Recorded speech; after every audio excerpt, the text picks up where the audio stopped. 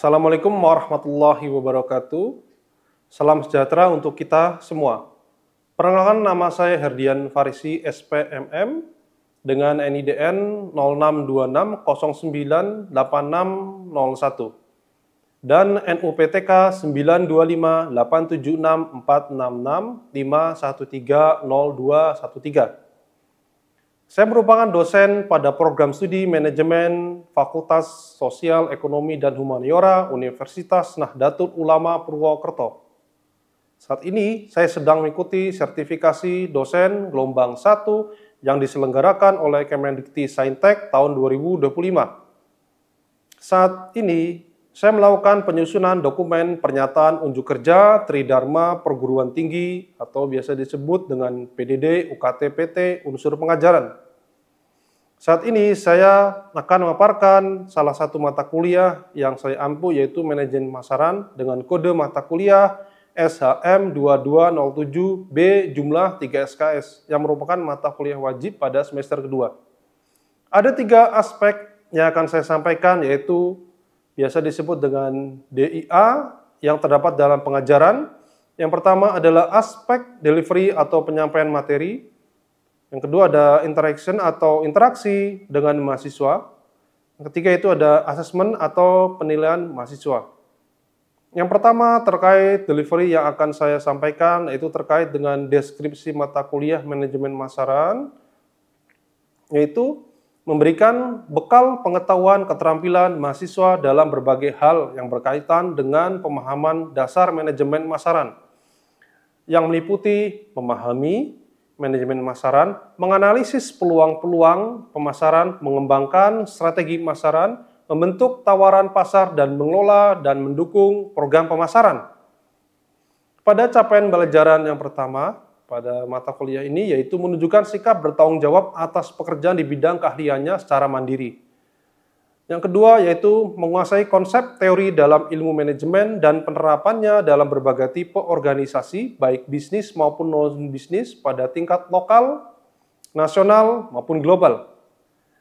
Berikutnya itu mampu menerapkan pemikiran logis, kritis, sistematis, dan inovatif dalam konteks pengembangan dan implementasi ilmu pengetahuan dan teknologi yang memperhatikan dan menerapkan nilai humaniora yang sesuai dengan bidang keahliannya. Berikutnya pada capaian 4 yaitu mengolah fungsi-fungsi organisasi, pemasaran, keuangan, SDM, dan sistem informasi. Berikutnya menggunakan alat bantu dalam pengambilan keputusan, lalu juga mengambil keputusan dalam bidang manajemen sumber daya manusia, manajemen pemasaran, manajemen keuangan, dan manajemen operasi melalui pendekatan-pendekatan intermultidisiplin. Lalu pada bahan kajian materi pembelajaran kali ini yaitu berkaitan dengan pembentukan ekuitas merek dan penciptaan posisi merek yang merupakan pada materi ke-6, pertemuan ke-6. Pada materi pembelajaran ekuitas merek dan penciptaan posisi merek pada sub CPMK ke-6 yaitu mahasiswa mampu menjelaskan dan mendiskusikan pembentukan ekuitas merek, penciptaan posisi merek dengan bahan buku atau bahan ajar bisa berupa dari Kotler and Keller dan juga bahasa swasta, bisa dari David Eker dan Ulrich and Jack Truth, dan juga buku ajar manajemen pemasaran karya saya sendiri. Dan juga pada model pembelajarannya ada 2, yaitu luring secara tatap muka dan daring dengan Google Meet maupun Zoom Meeting. Metode pembelajaran atau sistem pembelajaran tidak hanya bersifat teoritis, tetapi terdapat studi kasus atau diskusi, kelompok, dan project based learning. Sebelum pembelajaran, saya melakukan kontrak perkuliahan dengan mahasiswa, yaitu dengan memaparkan RPS dan metode penilaiannya, dan juga ada buku referensi, dan hal-hal lain yang termasuk dalam perkuliahan. Pada poin kedua, yaitu interaksi, bisa ada tanya jawab maupun diskusi. Meningkat ke poin 3, penilaian evaluasi mahasiswa atau assessment, kehadiran yaitu 10%, keaktifan mahasiswa dalam partisipasif 10% atau tugas 15%, kuis 5%, UTS 30%, UAS 30%. Dengan memberikan informasi penilaian secara jelas diharapkan dapat memotivasi mahasiswa dalam perkuliahan Baik, demikian yang dapat saya sampaikan mengenai pernyataan deskripsi diri unjuk kerja Tridharma Perguruan Tinggi atau yang disebut dengan PDD UKT PT. Dan berikut dapat disaksikan pengajaran yang akan saya lakukan dengan mahasiswa. Terima kasih atas perhatiannya. Salam sejahtera untuk kita semua. Wassalamualaikum warahmatullahi wabarakatuh.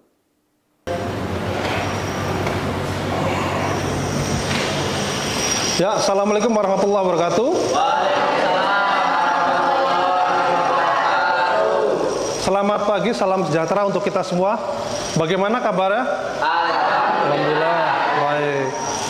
Oke, menginjak pada sesi kelas ini, sebelumnya kita sudah memaparkan di kelas sebelumnya tentang STP ya, segmenting, targeting, positioning. Oke, pada sesi yang kemarin ada yang sudah ingat mungkin? Silakan mungkin, Mas Hasan nih. Target adalah sasaran atau tujuan yang ingin dicapai. Oke, yang ingin dicapai ya. Percuma kalau tidak ada yang ingin dicapai seperti itu ya. Oke, selanjutnya.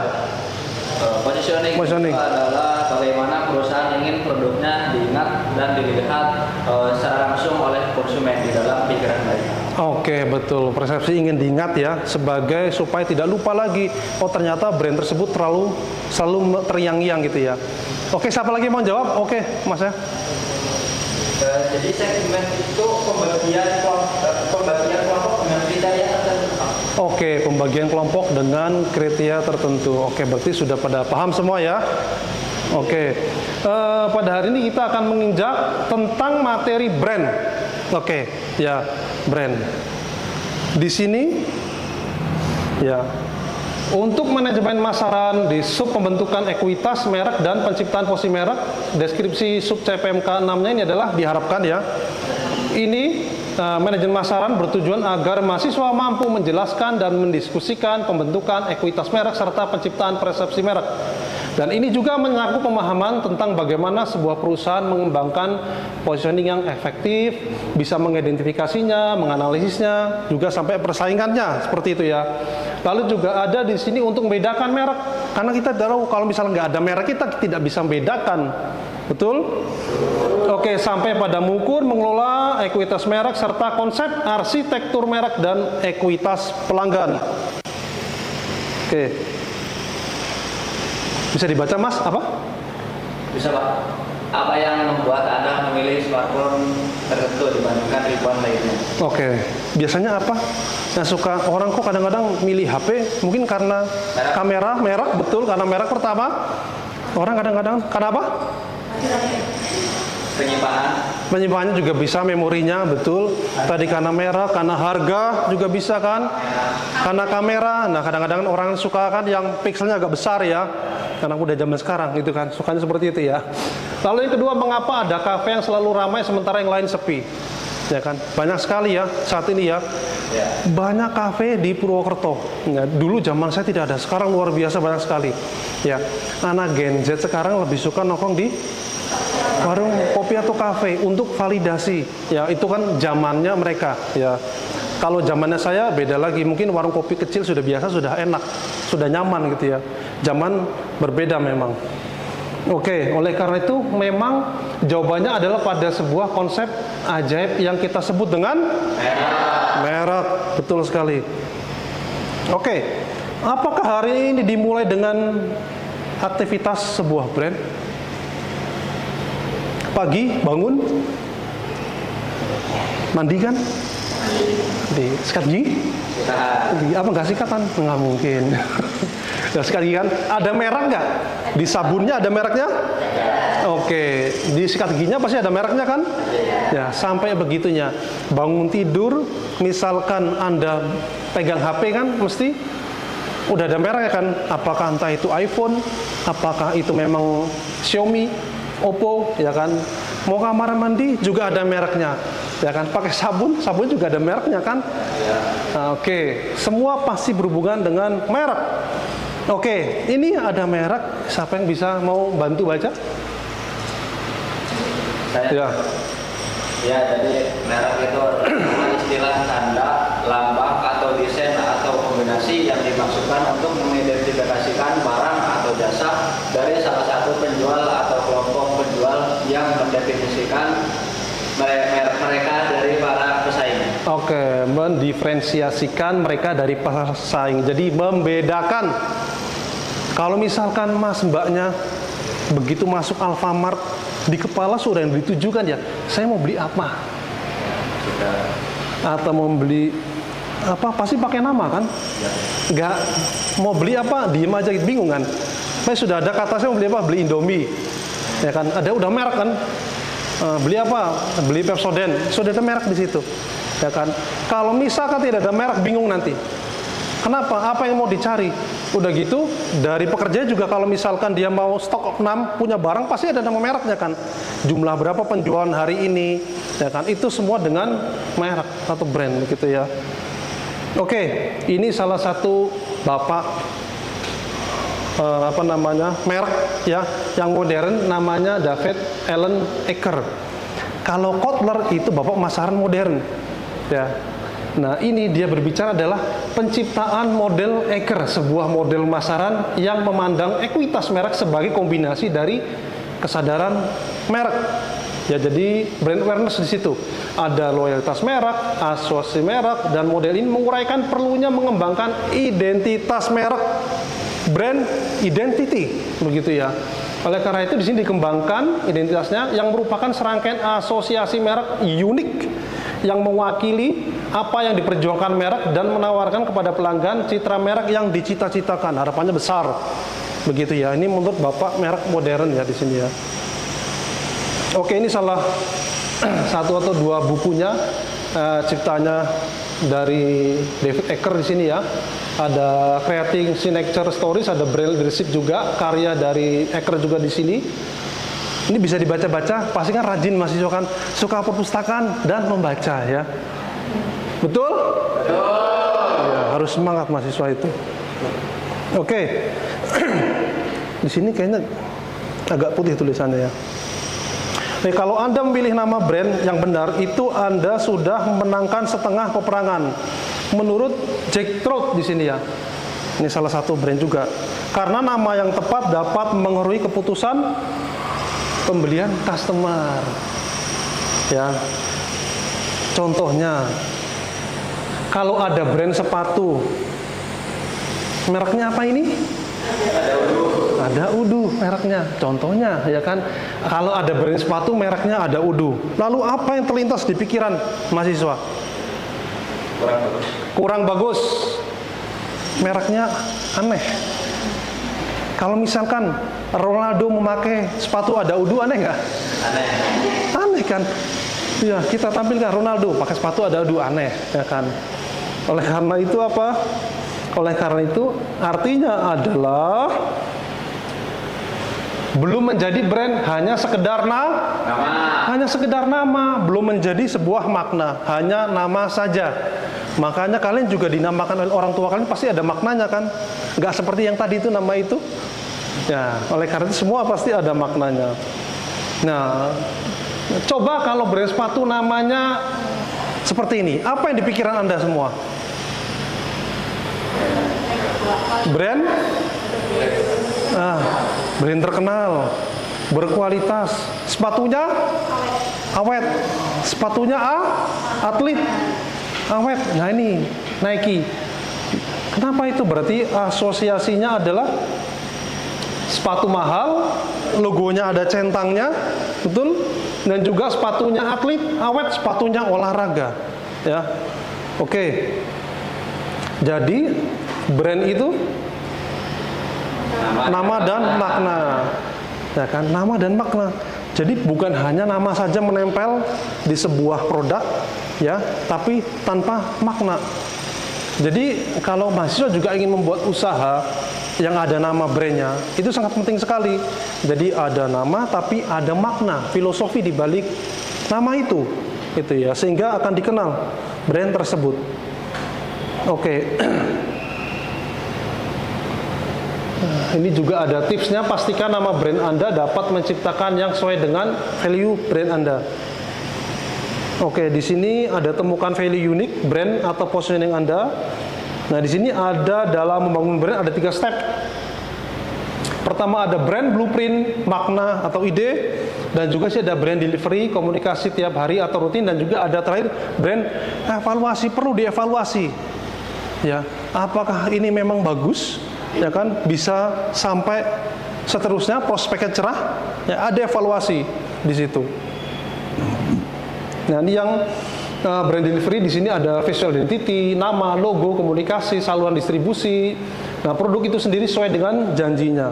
Artinya kalau dia ngomong pengiriman cepat harus cepat. Oke. Di sini ada jasa fotokopi layanan yang ramah. Brand blueprint. Ya, ingin menyampaikan bahwa ini saya ramah pelayanannya gitu kan.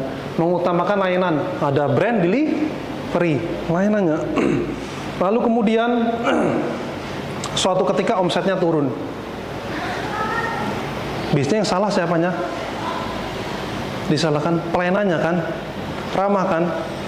Tapi pada bentuk itu harus ditelusuri apa yang salah. Ya, apa yang salah? Ya, harus ditelusuri. Oke, suatu ketika omset turun, seringkali kita mengkambing hitamkan sales dan marketing. Oke, sales dan marketing sering salah terus ya. Oke, ya. Ini salah terus kadang-kadang. Makanya sales dan marketing selalu disalahkan. Padahal belum tentu dia yang salah. Oke, belum tentu dia yang salah. Ya, yang salah adalah siapa? Parkir. Sebenarnya bukan tukang parkir juga. Karena belum diingatkan dia. Kadang-kadang kita kan lagi masalah serius juga ya tentang masalah parkir juga. Ya, sehingga membawa nama brand itu bisa tenggelam. Kadangkala ada orang, contohnya mahasiswa mau fotokopi, dia parkirnya di mana, fotokopinya di mana, karena menghindari seperti itu. Ya, sebetulnya tidak salah, asal diedukasi, begitu ya, diedukasi seperti itu. Dia punya tukang parkir, diedukasi sehingga dia bisa menerapkan, oh ternyata dia sudah digaji, ya, sehingga tidak minta kepada customer. Oke. Di sini membuktikan apa yang dijanjikan,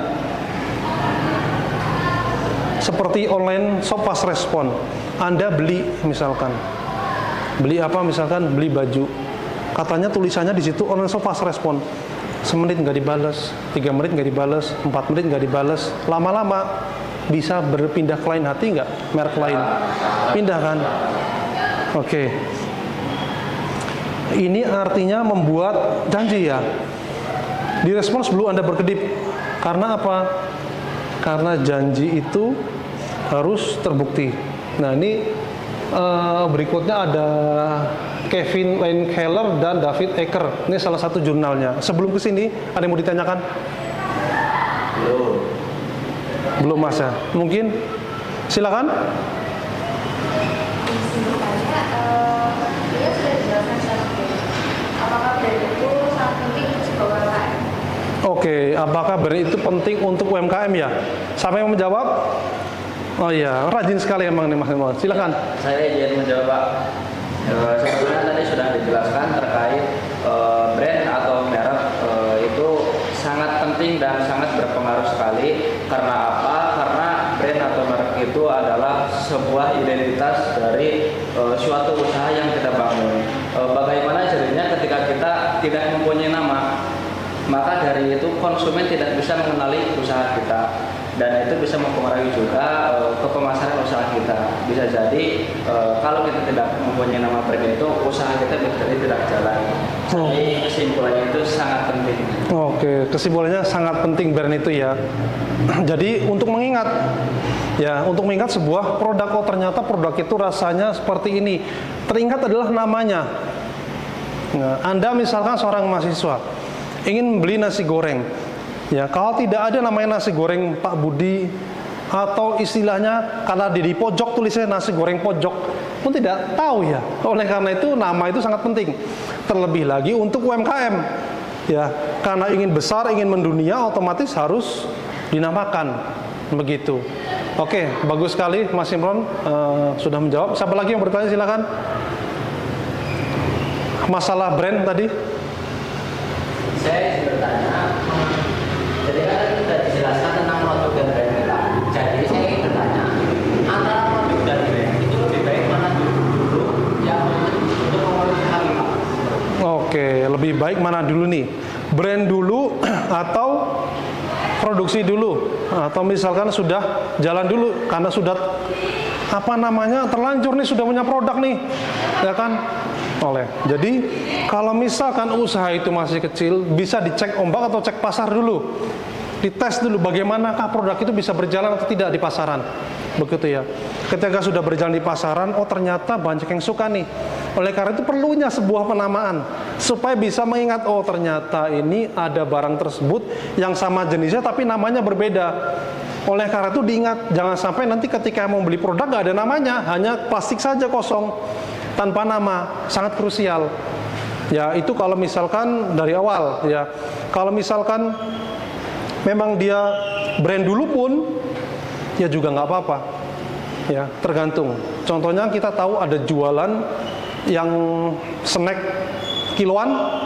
Mahasiswa tahu kan, di daerah kita sering banyak kan, di Purwokerto itu UMKM snack kiloan, jajan kiloan. Itu kadang-kala hanya namanya saja, tidak ada alamat, tidak ada pun, itu tergantung. Begitu saya tanyakan, memang di itu untuk menjaga apa? Dia punya sales, distribusinya. Setelah dia beranjak ke toko-toko, dia taruh barang itu supaya nanti beli lagi ke sales tersebut. Tidak langsung bypass langsung ke produsen. Dikhawatirkan seperti itu. Ya, tapi kalau ingin langsung ke user bisa saja. Ya, dia menggunakan kemasan yang 500 gram yang kecil, masuk ke toko-toko seperti itu. Jadi tergantung, gitu ya, Mas ya. Oke, bagus. Nah ini sekarang saya tampilkan di sebuah artikel dari jurnal ya, di Sage Journals, gitu ya. Ini jurnal internasional, Scopus juga. Di sini the effect of sequential introduction of brand extension. Jadi di sini artinya kenapa brand ini ya, terhadap penelitian ini ingin tahu apa saja yang mengaruhi orang suka atau tidak suka. Ya, dari jurnal tersebut tuh mengartikan bahwa penelitian ini ingin tahu apa saja yang mengaruhi orang suka atau tidak suka dengan ide ide perluasan merek baru itu. Artinya tuh faktor-faktor yang diteliti dari artikel tadi ya, itu tentang apa? Kualitas merek utama, serba bagus merek A di mata orang, dan juga perluasan merek yang sudah ada, seberapa banyak produk lain yang sudah dibuat oleh merek A, apakah produk-produk itu sukses atau gagal, seberapa mirip produk-produk itu dengan produk utama merek A. Contohnya seperti yang saya mudahkan dan saya ilustrasikan ya. Nah seperti inilah.